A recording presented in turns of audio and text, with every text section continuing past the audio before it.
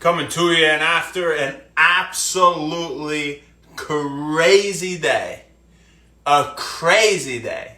We're not going to talk about why, because that doesn't matter, but it was nuts. But you still know what that means. It's Wet Wellness Nerd Out time! Never an excuse not that. Wet Wellness Nerd Out time. One, because we love Wet Wellness Nerd Out time, and two, there's just never excuses for anything.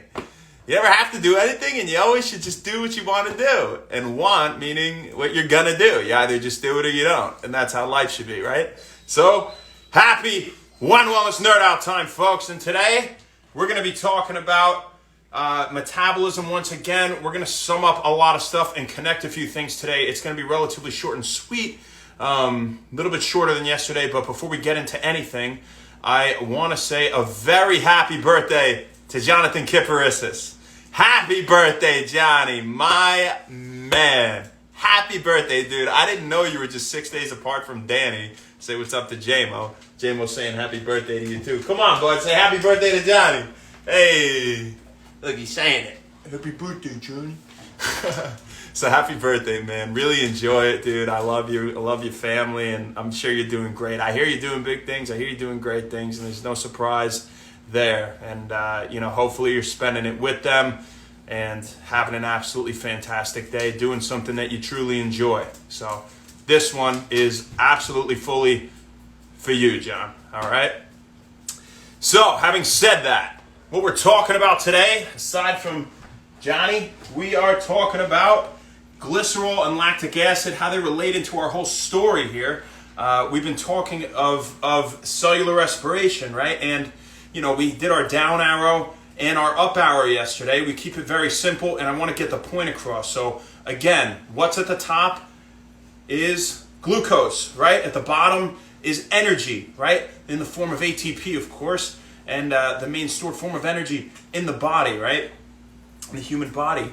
And so down here, we're going to have, right, the citric acid cycle. We're going to have the electron transport chain and our ATP. As a byproduct up here, we have glucose. So if we started from glucose and we got to the bottom, that's our cellular respiration going this way, right? And the beginning portions, glycolysis, that happens in the cytosol. Yeah, the rest is in the mitochondria, right? Yada, yada.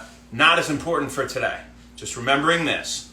This arrow means glucose to energy, burning stuff for energy. And whatever fits in this pathway and comes in at any point here is going towards energy if it's on the way down.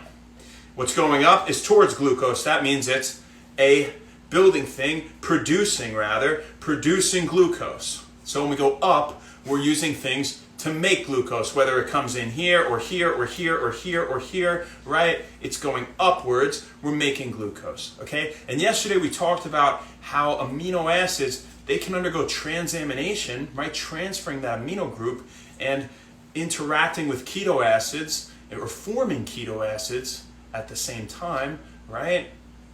To get involved in cellular respiration and in gluconeogenesis. And we talked about a few different amino acids in alanine, aspartate, and glutamate.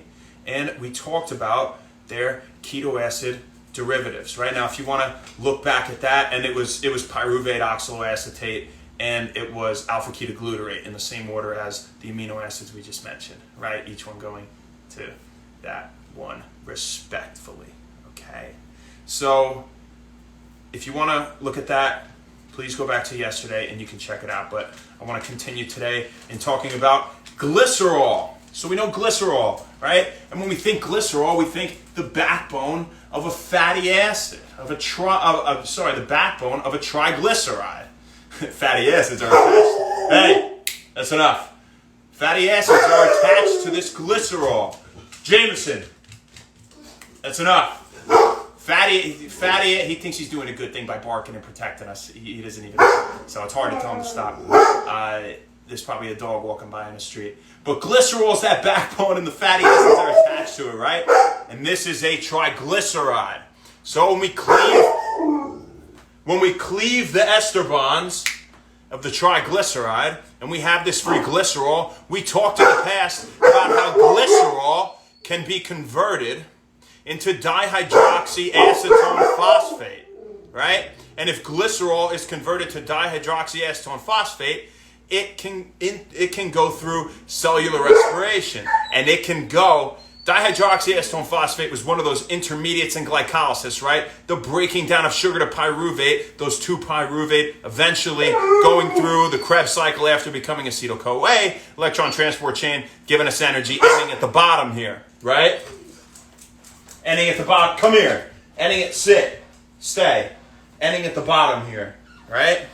So we have glycerol able to do that, to become energy, right? Indirectly when we need some energy, and when we're sending that fat through cellular respiration, right? Now, that's when we run out of glucose, right? Because otherwise, we always go to glucose first to break it down. We would just keep going down the line. There's no need to take glycerol and pop it into that chain, make more energy if we had plenty of sugar. And that's why we don't burn that glycerol. That's why, and the same with the fatty acids, that's why we're not burning that fat when we're eating a lot of sugar. We don't need it to get the energy, right? We're going to go to sugar. It's easier to break down. It's quicker. Albeit it gives us less bang for our buck energy-wise at 4 kilocalories per gram, whereas fat is 9 kilocalories per gram. It's quick and easy. And the body just, it can just, it's lazy in that sense, right? Or rather smart, it's just going to take what it's given. And, if it's quick and it can do it, it's going to do it. So, having said that, there's another pathway glycerol could go through. And it can go to dihydroxyacetone phosphate. Now, okay, we get that. But then it goes down for energy in the absence of ample amounts of glucose in the blood, right? Because that's when we burn it, like we just said. We burn the glycerol.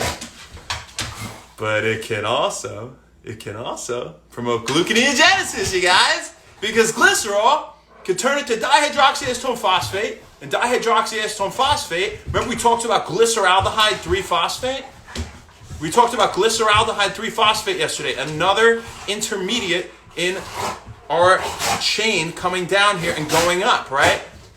Glycolysis and gluconeogenesis. So it's one of those reversible steps, glyceraldehyde 3-phosphate, to phosphoenol pyruvate, PEP. And we talked about how things need to become oxaloacetate in the Krebs cycle. Those keto acids, eventually, things going through the cycle, they become oxaloacetate. And to get back up this way, right, you can't just reverse the chain. We need to skip certain steps. They pop up to PEP. PEP goes to glyceraldehyde 3-phosphate. Name's not as important as the point, so it doesn't matter.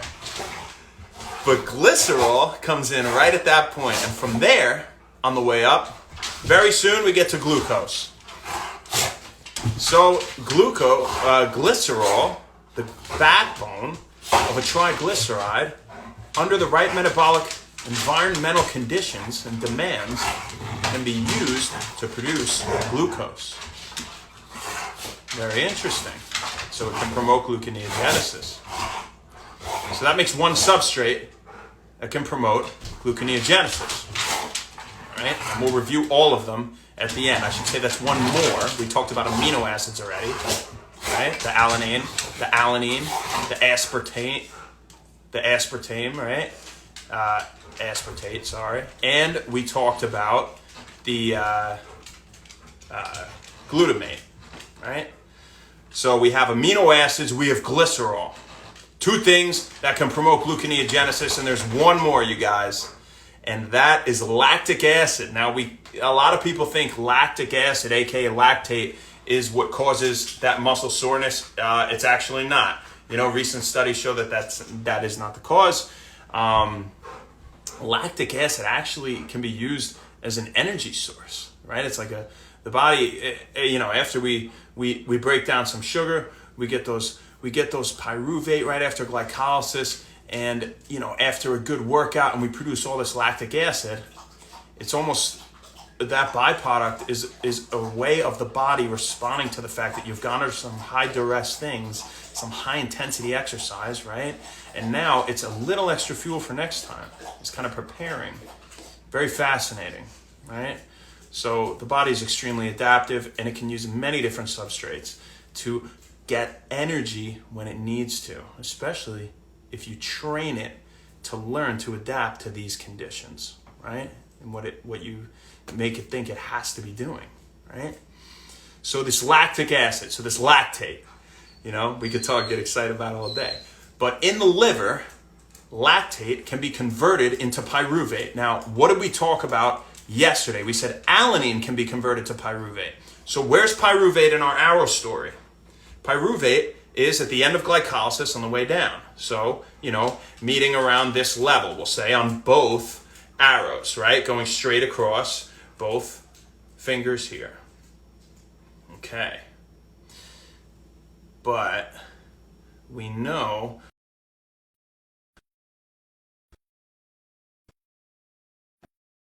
down is irreversible. And that's why on the way back up, we have to go up to phosphoenol pyruvate, which becomes pyruvate, right, on the way down. Because from phosphoenol pyruvate, we can get up to that glyceraldehyde 3-phosphate and then eventually up to glucose. To get to PEP, we need oxaloacetate, oxaloacetate, oxaloacetate.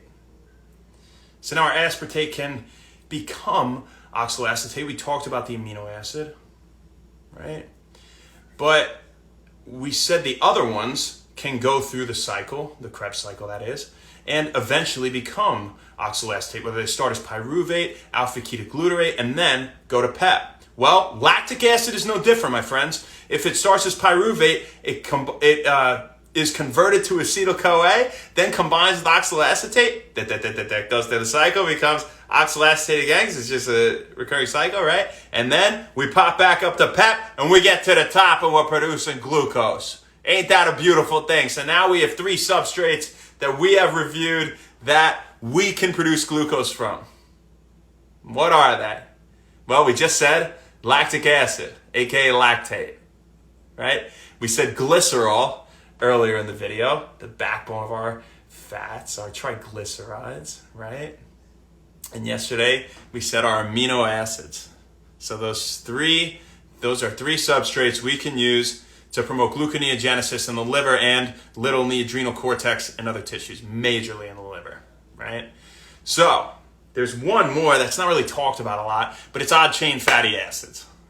So there you go, odd chain fatty acids. And we talked about how fatty acids through beta oxidation are converted to acetyl-CoA in the absence of glucose, right? And that goes through the Krebs cycle to produce energy. So again, we're on that same road, get through the Krebs cycle, and then, well, eventually what are we going to become? Ding, ding, oxaloacetate, right? So then we go back up to PEP and we can get up that way. So odd chain fatty acids as well, my fine feathered friends. So that's a pretty cool thing. Just super cool stuff. Just super, super cool stuff. And again, the names aren't important. Just realizing, your metabolism is so interconnected from fats and proteins and sugar. It's not as simple as just burning one and burning, it all depends on the conditions. It all depends on what you're doing. It depends on when you're eating things. And this will set the stage for when we talk about intermittent fasting in depth and hormones and things like that. But this was a necessary premise to kind of, get that point across and make you realize how true it really is. So if you're interested in all the steps, things like that, if you're taking any tests on biochemistry or things, I would be happy to help and explain it a little bit further. So, I just this was for the general public and to give the big idea. So, once again, very happy birthday to Jonathan Kiparissis. You have a fantastic rest of your night, my brother. And who else do we got here? Gino, what up? Pickle Rick, how you guys doing? Thanks for hopping on. Hey, I hope you enjoyed it and got something out of it. Most importantly, have a fantastic rest of your night. Happy When Wellness, and we'll see you tomorrow, folks. Have a good one. Thanks.